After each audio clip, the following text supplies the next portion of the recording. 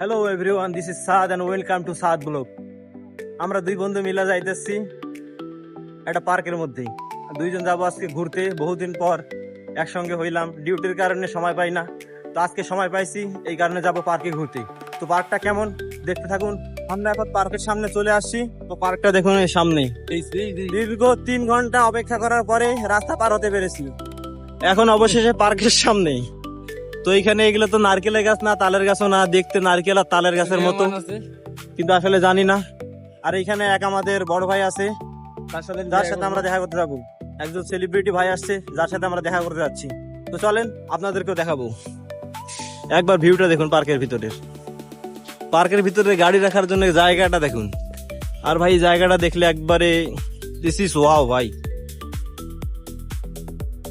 এমন একটা জায়গা যেখানে ঢুকতে না লাগে টাকা, না লাগে পয়সা, একদম ফ্রি।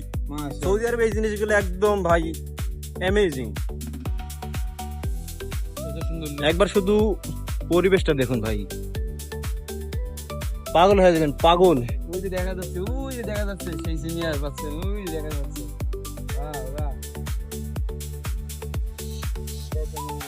ওয়াও।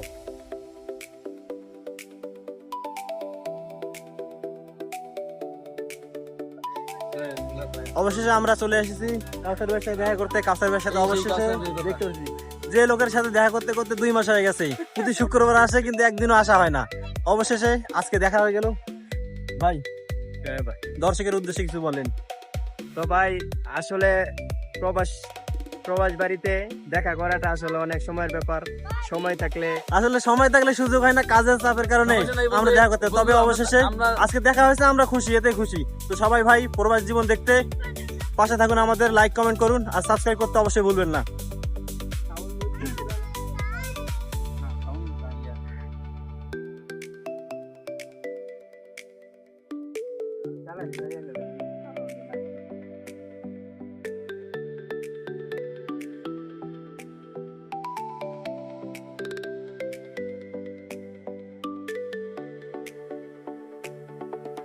অবশেষে ঘোরাঘুরি শেষ করে এখন আমরা বাসার পথে রওনা দিছি। তো ভিডিওটা কেমন লাগে দেখবেন আর কমেন্ট করতে অবশ্যই ভুলবেন না। এরপরে আবার নতুন করে ভিডিও নিয়ে আসবো। এটা আমাদের টিম আপনাদের জন্য নতুন ভিডিও নিয়ে আসতে যাচ্ছে ইনশাআল্লাহ। তো সবাই পাশে থাকবেন, আর ভিডিও ভালো লাগলে অবশ্যই কমেন্ট করবেন।